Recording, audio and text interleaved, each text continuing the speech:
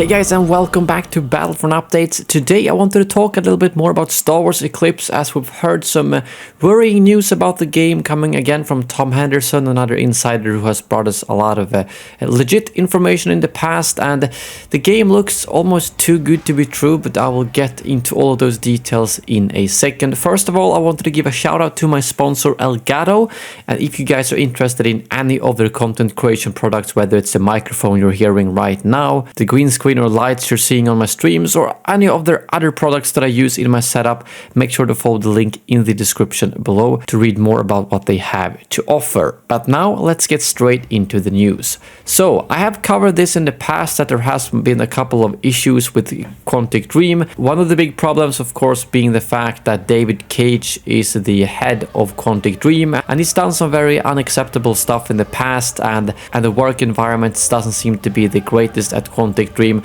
But I think they all caught us by surprise with the trailer because it looked really good and like they had a genuinely fantastic idea for the game. But Tom Henderson made a lengthy video the other day where he covered some more details about how the project came to be and what the current status of the game is. So I wanted to go over that in this video. I will also link to Tom's original video in the description below if you guys are interested. But first of all, the game idea was actually conceived back in 2013 and was called Project Karma, and it was something they pitched after the release of Beyond Two Souls, but it was shut down by Sony because they thought the concept was simply too large scale for the studio, as it was supposed to be multiplayer, open world game and all those sort of stuff. So they later created Detroit Become Human instead, and then returned to Project Karma in 2020 when they broke free from the PlayStation exclusivity.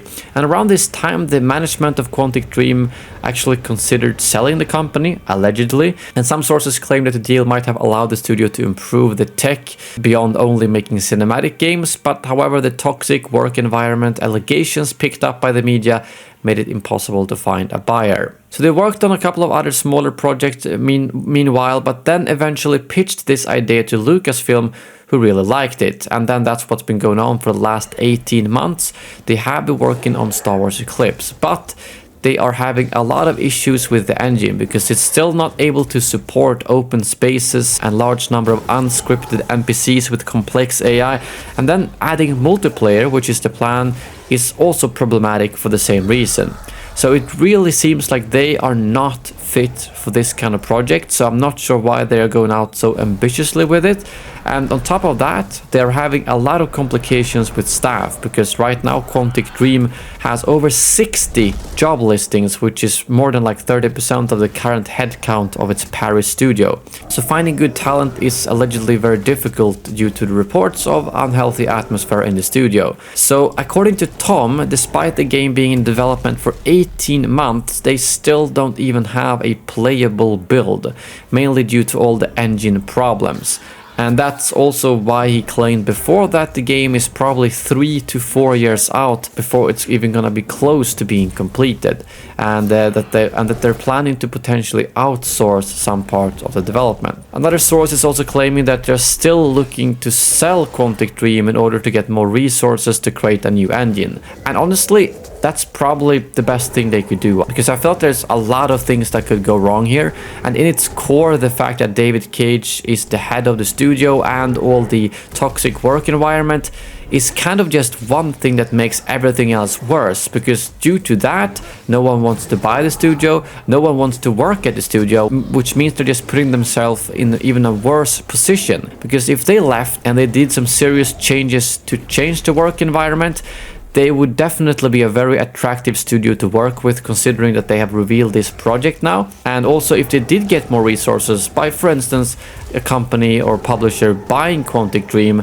then that means they could work with the engine. There are a couple of things there I don't quite understand, because it does seem like Sony did the right call of shutting down the project because it was too large scale, and I'm not sure why Lucasfilm thought that it was going to be a good idea, because honestly, we've had our fair share of cancelled Star Wars games now, and I don't want this to end up another one on the pile of dead Star Wars games, because this one is even worse than others, because usually we hear a rumor about a Star Wars game and then it gets cancelled, but this one, just like with Amy Hennig's game and Star Wars 1313, we've actually had trailers for now.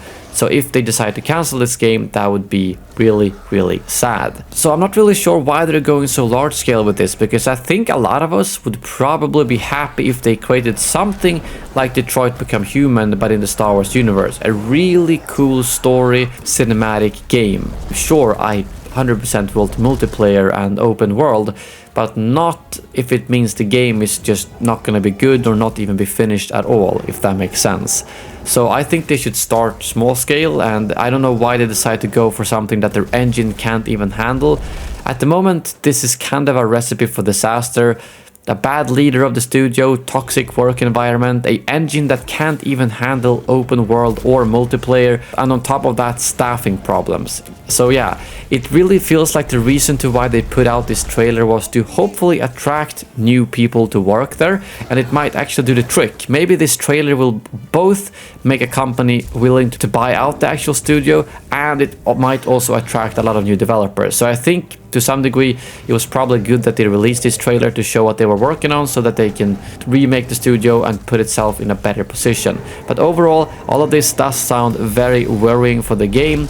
But the fact that both Lucasfilm and themselves were confident enough to put out this trailer still makes me hope that it's not as bad as all of these details make it sound, and that they are gonna do some changes that will put this game in the right direction and hopefully give us the experience we are hoping for, maybe like 3 or 4 years from now. But yeah, I would love to hear in the comments below, what do you guys think about this whole situation? And again, I know that this is from insider sources, so you always have to take it with a grain of salt. But Tom Henderson has been very reliable with his leaks in the past, and I'm pretty sure that at least a part of this is definitely true with the situation there. And obviously some of the things, such as the staffing issues, is something that's public with all the job listings, toxic work environment and stuff like that. So that's just the reality of things.